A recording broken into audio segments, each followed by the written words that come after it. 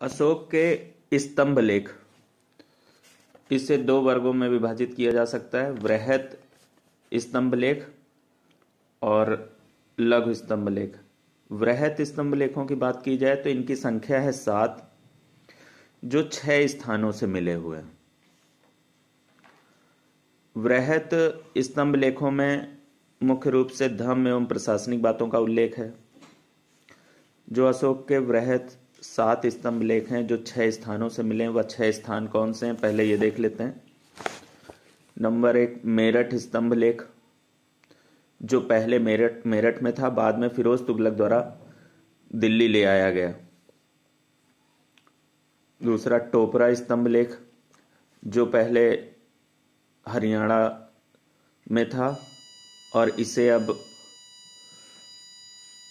दिल्ली ले आया गया, फिरोज तुगलक द्वारा दिल्ली लाया गया।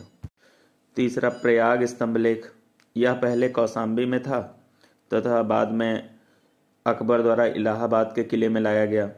अशोक द्वारा उत्कीर्ण यह स्तंभ लेख कौशाम्बी के महामात्यों के नाम से आदेश के रूप में है। इसमें यह चेतावनी दी गई है कि यदि कोई भिक्षु या भिक्षुणी संघ को भंग करने का प्रयास करेगा तो उसे श्वेत वस्त्र पहनाकर संघ से बाहर निकाल दिया जाएगा।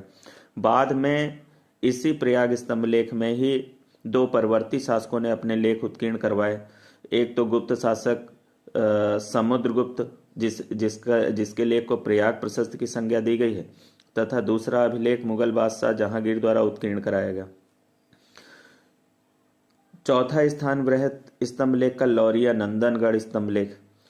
लौरिया नंदनगढ़ यह चंपारण जिला बिहार में स्थित है। लौरिया नंदनगढ़ स्तंभ पर मयूर का चित्र है। फिर अगला, लौरिया अरराज स्तंभ लेख, यह भी चंपारण जिला बिहार में है। नंबर 6, रामपुरवा स्तंभ लेख। रामपुरवा स्तंभ लेख, यहां से 2 स्तंभ लेख मिले हैं। एक लेख युक्त है, जो लेख युक्त स्तंभ लेख है उसके शीर्ष पर सिंह की आकृति उत्कीर्ण है, जो वर्तमान में राष्ट्रपति भवन दिल्ली में रखी गई है। और दूसरा, जो लेख विहीन अभिलेख है उसके शीर्ष पर वृषभ की आकृति उत्कीर्ण की गई है। यह एकमात्र ऐसा स्तंभ लेख है जिसके शीर्ष पर वृषभ बना हुआ है। बात कर लेते हैं अशोक के जो 7 वृहत शिलालेख हैं,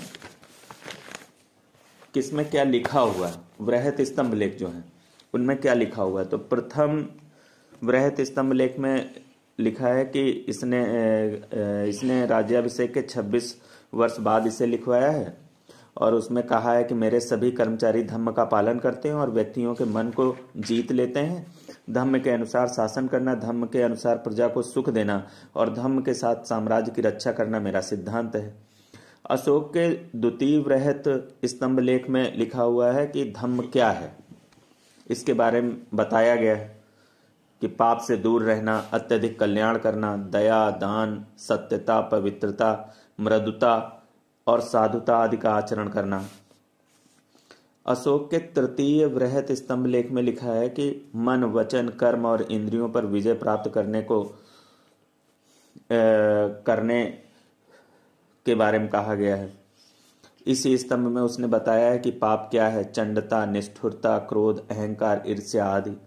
चतुर्थ वृहत स्तंभ लेख में अशोक कहता है कि मेरे रज्जुक लाखों व्यक्तियों के ऊपर नियुक्त हैं। न्याय और दंड के अधिकार में मैंने उन्हें पूरी स्वतंत्रता दी है। इसी में अशोक ने यह कहा है कि आज से मेरी यह आज्ञा है कि जिन लोगों को मौत की सजा दी गई है उन्हें 3 दिन की मोहलत दी जाए। 5वें वृहत स्तंभ लेख में अशोक कहता है कि मैंने अपने राज्याभिषेक के 26 वर्ष बाद विभिन्न प्रकार के प्राणियों का वध करना वर्जित कर दिया है। 6ठे वृहत स्तंभ लेख में अशोक कहता है कि मैं सब संप्रदायों का अनेक प्रकार से सत्कार करता हूं और स्वयं उनसे भेंट करना सबसे ज्यादा महत्वपूर्ण मानता हूं। अशोक के 7वें वृहत शिलालेख में, जो दिल्ली और टोपरा अभिलेख में मिलता है, इसी दिल्ली टोपरा अभिलेख में ही अशोक के 7 स्तंभ लेख मिलते हैं। बाकी स्थानों से जो वृहत स्तंभ लेख मिले हैं उसमें 6 का ही सिर्फ उल्लेख है। 7वें स्तंभ लेख में ही अशोक के लोक कल्याणकारी कार्यों का भी वर्णन मिलता है, जैसे आम के बाग लगवाना, कुएं खुदवाना, सराय बनवाना आदि। अशोक के लघु स्तंभ लेख। अशोक के कुछ ऐसे स्तंभ भी हैं जिन पर एक ही लेख लिखा हुआ है, उन्हें लघु स्तंभ लेखों की श्रेणी में रखा गया है। जैसे रुम्मिनदेई स्तंभ लेख जो वर्तमान में नेपाल में है। इसमें अशोक द्वारा इस स्थान की धर्म यात्रा पर जाने का विवरण है। इससे पता चलता है कि बुद्ध का जन्म किस स्थान पर हुआ है। इसी में लिखा है कि लुम्बिनी ग्राम को बलि भेंट के रूप में लिया जाने वाला जो एक कर था उससे मुक्त किया गया है। यहाँ पर जो भू राजस्व वसूला जाता था वो 1/6 से घटाकर 1/8 कर दिया गया। इन बातों का उल्लेख है। एक निगलीवा या निगाली सागर स्तंभ लेख है, ये भी रुम्मिनदेई जिला नेपाल में है। इससे पता चलता है कि अशोक ने यहाँ की यात्रा की और कनक मुनि एक बौद्ध स्तूप है जिसका परिवर्धन या संवर्धन करवाया। एक सांची स्तंभ लेख है जो रायसेन जिला मध्य प्रदेश में है। इसको संघ भेद अभिलेख भी कहते हैं। इसमें अशोक ने अपने महामात्यों को संघ भेद रोकने का आदेश दिया है। इसी में लिखा है जो कोई भिक्षु या भिक्षुणी संघ को भंग करेगा वह श्वेत वस्त्र पहनाकर अयोग्य स्थान पर रखा जाएगा। एक सारनाथ स्तंभ लेख है जो वाराणसी जिला उत्तर प्रदेश में। इसे भी संघ भेद अभिलेख कहते हैं। इसमें अशोक ने अपने महामात्रों को संघ भेद रोकने का आदेश दिया है। एक कौसाम्बी या इलाहाबाद स्तंभ लेख जो इलाहाबाद जिला उत्तर प्रदेश में है। इसे रानी का अभिलेख या साम्राज्ञी अभिलेख कहते हैं। इसमें अशोक की पत्नी करुआकी और जो तीवर की माता या अशोक के पुत्र तीवर का उल्लेख है।